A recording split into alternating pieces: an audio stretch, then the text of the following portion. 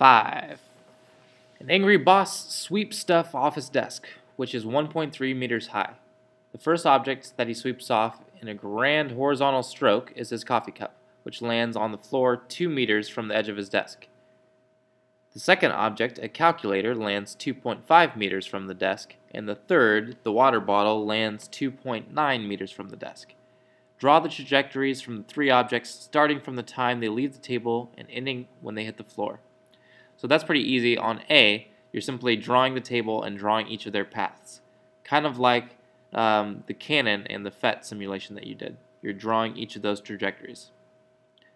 Part B, calculate the times it takes for the three objects to hit the ground.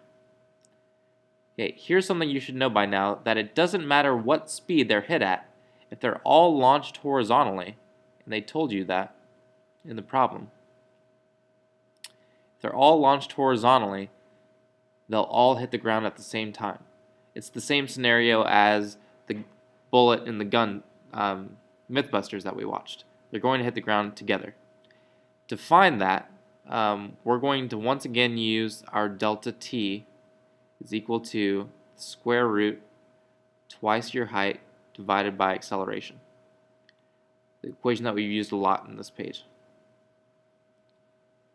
So look for what your height is. Wink, wink. You know what acceleration of gravity is. Plug those in to find your time.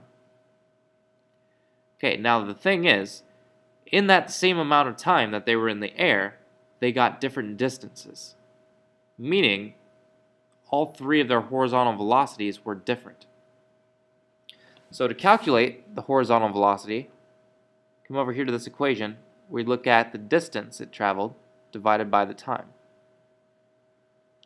So delta x divided by delta t will give you your answer. You need to do that for all three of these objects. So the coffee cup, remember, went a distance of 2 meters. The calculator went a distance of 2.5. And then we had the water bottle that went a distance of 2.9. Find all three of their velocities on part C, because they should all be different. Now, part D I know sounds kind of like a dumb question, but there is some reasoning to it.